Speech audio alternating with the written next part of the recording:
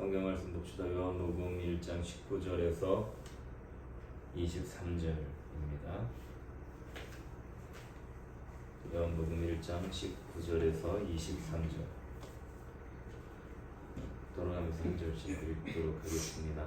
유대인들이 예루살렘에서 제사장들과 레위인들을 요한에게 보내어 내가 누구냐 물을 때에 요한의 증언이 이러하니라.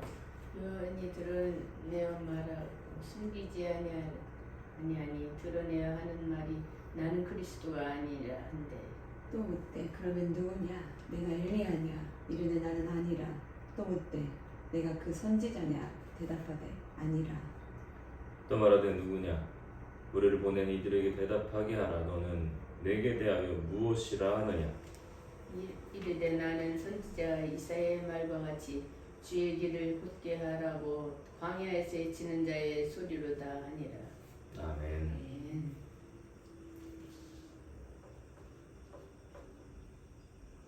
우리가 이 세상에서 주님이 왠지 나와 멀리 떨어져 있는 것 같은 시기를 뭐라고 그러냐면 광야를 지나는 시기라고 그러죠. 힘든 일을 겪을 때의 그 시기를 나는 지금 광야에 있다. 광야를 지난다. 광야에서 거한다. 지금 광야의 시기다 라고 이야기를 해요. 자, 그럼 광야에서는 어떻게 살아야 될까요? 가나안 땅이 살기 쉬웠을까요? 광야가 살기 쉬웠을까요? 이집트가 살기 쉬웠을까요? 이집트가 살기 쉬웠어요. 네. 광야에서는. 광야에서도 힘들지 않았죠. 가나안 땅에서는. 하나님이 주시니까. 가나안 땅에서는. 가나안 땅. 우리가 잘 모르는 게 있는데 이스라엘 백성들이 살기 제일 쉬웠던 때는 광야였어요. 다 네. 나가기만 주시니까. 네. 가나안 땅에서는 힘들게 땅을 일구고 살아야 되고 이집트 땅에서는 자기들이 농사를 지어봐야 자기 것이 되지 않았던 곳이었고 사실 제일 편하고 즐겁게 쉽게 살았던 때는 광야였습니다. 그런데 사람들은 어떻게 생각하냐면 광야에서 살 때를 제일 힘든 때라고 이야기를 해요. 왜 그랬을까요? 왜 사람들은 광야를 힘들게 여길까요? 뜨겁고. 네? 농사 뜨겁고 지을 수 없고. 농사 못 짓고 네. 또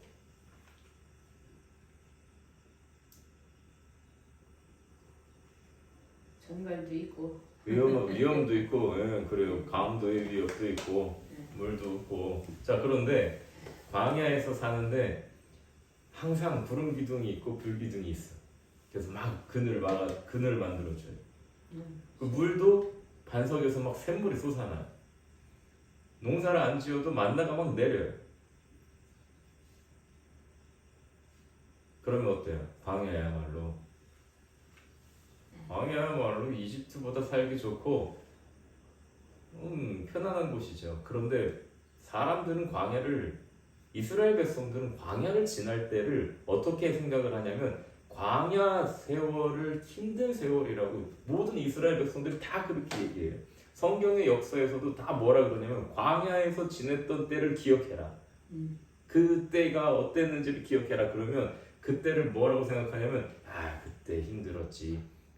어려운 때였어. 다들 이렇게 성경에서도 이야기할 때 광야를 그런 식으로 이야기를 한다는 거지. 왜 그럴까요? 주님이 함께 하신 것을 잊어버려서 그렇지. 하나님이 함께하지 않으면 광야야말로 제일 힘든 곳이에요. 하나님이 보이지 않으면 광야야말로 가장 어려운 곳이었어요. 세례 요한이 있는 곳이 어디입니까? 지금 세례 요한이 있었던 곳이 어디였어요? 광야. 광야였어요. 광야에서 하나님이 보이지 않으면 광야야말로 제일 살기 힘든 곳이에요. 그때에 세례 요한이 광야에 있으면서 하나님의 음성을 듣는 거죠. 무슨 음성을 들었을까? 내가 자 쉐레 요한이라고 생각을 하고 그때의 그 광야로 가서 있는 거예요. 그런데 주님이 다음 중에 찾아오셨어요. 하나님 환상 가운데 아니면 꿈에라도 찾아오셔서 말씀을 하시는 거죠. 그런데 하나님이 오셔서 세례 요한아, 아니지 세례자 요한도 그 나중에 사람들이 붙인 이름이니까 사가랴의 아들 요한아, 너는 광야에서 나의 큰 일을 위해서 기다려야 되겠다. 그러면 하나님이 그렇게 해야 된다 그러면 해요, 안 해요? 하죠. 하나님이 오셔서 말씀하시면. 자, 그런데 하나님이 오셔서 말씀하시는데 뭐라고 하냐면, 그러면 이제 궁금하잖아요. 큰 일이 뭡니까? 하나님, 나에게 맡기실 그 큰 일이 뭡니까? 혹시 내가 세상을 구원하는 구원의 일을 감당해야 되나요? 혹시 내가 메시아라서 지금 훈련시키는 겁니까? 그랬더니 하나님이 하시는 말씀이 아니, 너는 그리스도는 아니다. 왜냐면 사가랴가 환상 중에 천사에게 이름을 받았어요. 그것도 환상 중이 아니라 실제로 만났어요. 어디서 만났어요? 지성소에 들어갔다 만났어요. 하나님의 그 임재 앞에서 너 아들 낳을 거다. 지금 내 나이가 몇인데 너 내가 이야기한 말을 믿지 않으니까 너 아들 낳을 때까지도 벙어리로 지내라. 실제로 그런 체험을 했단 말이죠. 그렇지. 그리고 그 이야기를 야 너는 내가 하나님의 전 안에 들어가서 지성소에서 직접 하나님이 지어주신 너의 이름을 받아왔다. 요한이라고. 얼마나 그 이야기를 들었을 때 요한이 자기 스스로 야, 이 하나님이 나의 이름을 지어주시고 직접 그것도 찾아오셔서 그렇게 하셨다는데 내가 하나님을 위해서 얼마나 큰 일을 해야 할까 기대감이 있지 않겠어요? 그런데 어떻게 실제로는 광야에 있었어요. 근데 하나님이 거기서 훈련을 시키시는 거지. 너는 그리스도는 아니다.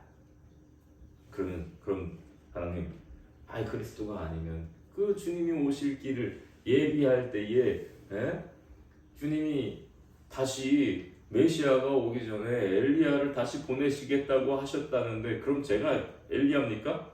그랬더니 하나님이 아니, 넌 엘리야도 아니다. 넌 요한이다. 어떻게 엘리야냐? 네가 요한이지. 그럼 주님, 그럼 저는 그럼 선지자는 선지자라고는 얘기해도 될까요? 아니, 넌 선지자 아니다. 나는 너에게 선지자처럼 능력을 행하게 안 한다. 세례 요한은 와가지고 기적을 행한 게 없어요.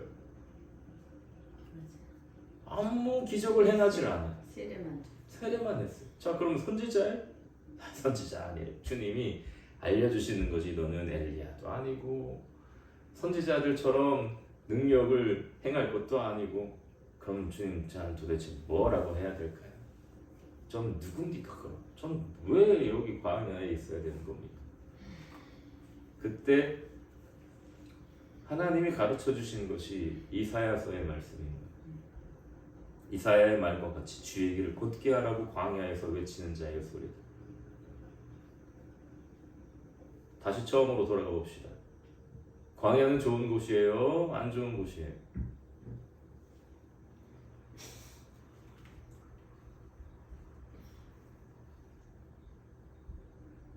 광야는 좋은 곳이에요. 왜? 하나님을 만나는 장소가 됐어. 그럼 사람이 광야에서 살 수 있어요? 그럼 좋은 곳이에요? 안 좋은 곳이에요? 아이고. 그래도 메뚜기와 석청은 먹이셨잖아요. 그래도. 그럼 메뚜기, 석청은 이 벌리고 있으면 저절로 꿀이 떨어지고 메뚜기가 알아서 구워져서 불 위에 지가 스스로 뛰어들어서 구워져서 이렇게 대접해 주신대. 찾았지요. 그렇죠? 네. 그러면 광야는 좋은 곳이에요? 안 좋은 곳이에요? 헷갈려요. 그죠? 네. 왜 그러냐면 이스라엘 백성들도 헷갈렸거든. 음.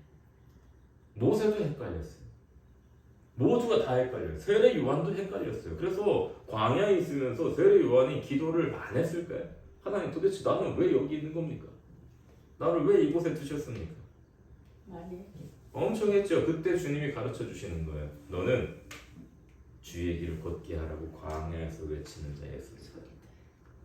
그러면 왜 나를 광야에서 외치게 하실까요? 왜 나를 광야에 두셨습니까? 네? 왕궁에서 외칠 수도 있지 않아요? 왜 이렇게 힘든 데서 외치게 하세요? 궁금하지 않았겠어요? 왜 광야에서 외치게 하셨어요? 자, 광야는 좋은 곳이에요? 안 좋은 곳이에요? 안 좋은 곳에 주님이 그게 핵심이에요. 자, 안 좋은 곳에 주님이 하나님이 계시지 않으면 광야는 안 좋은 곳이에요. 하나님이 보이지 않으면 광야는 나 죽으라고 보낸 곳이에요. 힘든 시기죠. 어려운 시기죠. 그런데 하나님이 그곳에 계심을 알고 하나님이 친히 구름기둥 불기둥 되심을 알고 하나님이 만나와 메추라기를 먹여주심을 알고 하나님이 반석에 샘물을 내어주심을 아는 자는 광야야말로 가장 은혜로 충만한 시기인 거예요. 그런데 하나님이 보이지 않으면 광야는 내가 메뚜기 잡으러 뛰어다녀야 되고 석청 구하느라고 벌에게 쏘이는 고생하는 곳인 거예요. 하나님이 세례 요한을 왜 광야에서 외치게 하시느냐? 모든 인생들이 다 광야처럼 살기 때문에 그래요. 모든 인생들은 다 광야에서 살아갑니다. 어떤 돈 많은 사장이라 할지라도 그 마음은 광야요. 어떤 가난한 사람이라 할지라도 그 생활이 광야 같은 사람이라 할지라도 그곳에 하나님이 계심을 아는 사람이라면 그 사람은 가장 큰 은혜를 누리는 사람이에요. 모든 인생들은 다 광야길을 걸어갑니다. 지금 다 광야처럼 살아가요. 하나님 도움 없이는 살아갈 수 없는데 하나님이 보이지 않으니까 힘든 거예요. 하나님이 돕지 않으면 단 한순간도 설 수 없는 곳이 광야인데 하나님이 계신 것이 느껴지지 않으니까 힘든 거예요. 그러면 광야에서 외치는 자의 소리라고 할 때에 세례 요한은 어떤 삶을 살아가느냐? 다 광야 같은 그런 인생 살아가는 사람들에게 주의 길을 곧게 하는 거예요. 주님이 이곳에 오신다. 주님이 이곳에 다가오신다. 주님이 이 광야에 하나님이 함께 하심을 알지 못해서 괴로워하는 당신에게 찾아오신다. 하나님이 도우심도 알지 못하고 내 힘으로 살아왔다고 그렇게 생각하는 당신에게 도움이 누구인지 깨우쳐 주기 위해 다가오신다. 그 길을 곧게 하는 거죠. 그래서 광야에 있었어요. 세례 요한. 모든 인생들이 광야 같은 인생이라 광야에서부터 시작한 거지.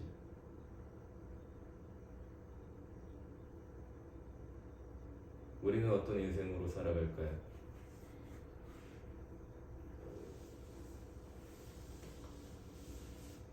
뭔가 엄청 큰 일을 해야, 응? 그래야 큰 사람이 될까요? 엄청 귀한 일을 해야 큰 사람이 되는 걸까요? 다 상관없고 다 소용없는 딱 한 사람에게, 딱 한 영혼, 광야 같은 딱 한 영혼에게 지금 하나님이 당신을 사랑하십니다라는 그 한마디라도 할 수 있다면 그 인생이야말로 광야에서 주의 길을 곧게 하는 인생인 거예요.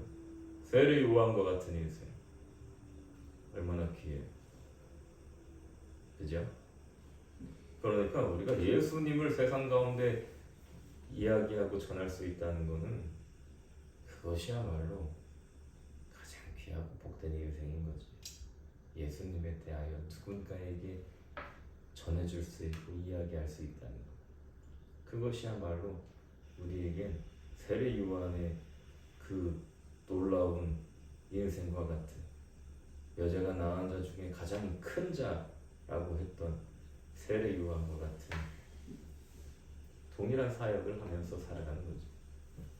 우리 삶에 찾아오신 우리 광야 같은 인생에 찾아오셔서 오늘도 은혜 베풀어 주시는 예수님, 그 예수님과 늘 함께 동행하는 우리 모두가 되길 바랍니다. 아멘. 기도하겠습니다. 사랑하는 주님, 광야 같은 내 인생, 우리의 삶에 주님이 함께 하시기에 주님의 도움으로 살아갑니다.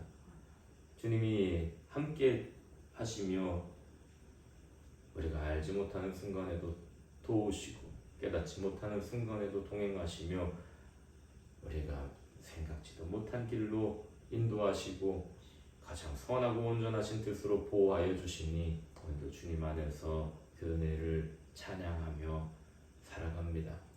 아버지 하나님, 우리의 모든 부족함이 더욱 주님을 붙잡는 도구가 되게 하여 주시고 우리의 어리석음이 주님을 의지하는 통로가 되게 하시며 우리의 무능함이 주님의 전능하심이 나타나는 그 놀라운 역사가 되게 하여 주시고 더욱더 주님을 의지하고 붙잡으며 나아갈수록 우리의 모든 것 가운데 함께 하시며 합력하여 선을 이루어 주시는 예수님의 놀라운 역사가 우리의 삶에 나타날 수 있도록 인도하여 주옵소서. 오늘도 주님을 구합니다. 우리의 삶에 더욱더 주님이 찾아와 주셔서 주님과 동행하는 복된 삶 되게 하여 주시고 우리가 날마다 주님을 알아갈 때에 우리의 삶에 베풀어 주시는 은혜가 더욱 채워져 가며 더욱더 주님을 깊이 사랑하는 감사로 우리의 삶이 채워져 가는 복된 삶이 되게 하여 주옵소서. 주님이 그렇게 역사하심을 믿고 감사드리오며 생명이신 예수님 이름으로 기도드립니다. 아멘. 아멘. 이제는 우리 구주 예수 그리스도의 은혜와 하나님 아버지의 무한하신 사랑하신 것 성령의 감화하시고 감동케 하시며 교통케 하시는 역사가 우리의 삶, 광야 같은 우리의 삶에도 날마다 동행하시며 그 역사를 보여주시는 그 주님을 바라보며 살아가길 소망하는 우리의 모든 발걸음과 우리 향하는 모든 길 위에 지금으로부터 영원토록 함께하옵시길 간절히 축원하옵나이다. 아멘.